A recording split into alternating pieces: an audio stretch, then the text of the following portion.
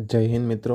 આજે આપણે વાત કરીશું ગુજરાતના દરિયા કિનારા વિશે. ગુજરાતના દરિયા કિનારાને 3 ભાગમાં વિભાજિત કરવામાં આવે છે, જેમાં કચ્છનો દરિયા કિનારો, સૌરાષ્ટ્રનો દરિયા કિનારો અને તળ ગુજરાતના દરિયા કિનારાનો સમાવેશ થાય છે.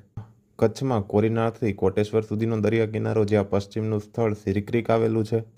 કોટેશ્વરથી જખૌ સુધીનો દરિયા કિનારો, જ્યાં નારાયણ સરોવર આવેલું છે. જખૌથી માંડવી અને માંડવીથી કંડલા સુધીનો દરિયા કિનારાનો સમાવેશ થાય છે. ત્યારબાદ સૌરાષ્ટ્રનો દરિયા કિનારો, જેમાં કંડલાથી દ્વારકા સુધીનો દરિયા કિનારો, જેમાં બેટ દ્વારકા અને મરીન નેશનલ પાર્ક આવેલા છે. દ્વારકાથી વેરાવળ સુધીનો દરિયા કિનારો, જેની વચ્ચેથી મિલિયોનાઇટ લાઇમસ્ટોન અને શિવરાજપુર બીચ આવેલું છે.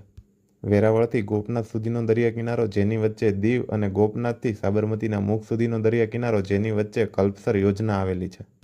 ત્યારબાદ તળ ગુજરાતનો દરિયા કિનારો, જેમાં ખંભાતથી દહેજ અને દહેજથી હજીરા સુધીના દરિયા કિનારાનો સમાવેશ થાય છે, જેમાં દહેજ એ રાસાયણિક બંદર અને હજીરા એ પેટ્રોલિયમ પોર્ટ તરીકે ઓળખાય છે. અને છેલ્લે હજીરાથી ઉમરગામ સુધીનો દરિયા કિનારો, જેની વચ્ચે દાંડી અને તિથલ જેવા બીચ આવેલા છે.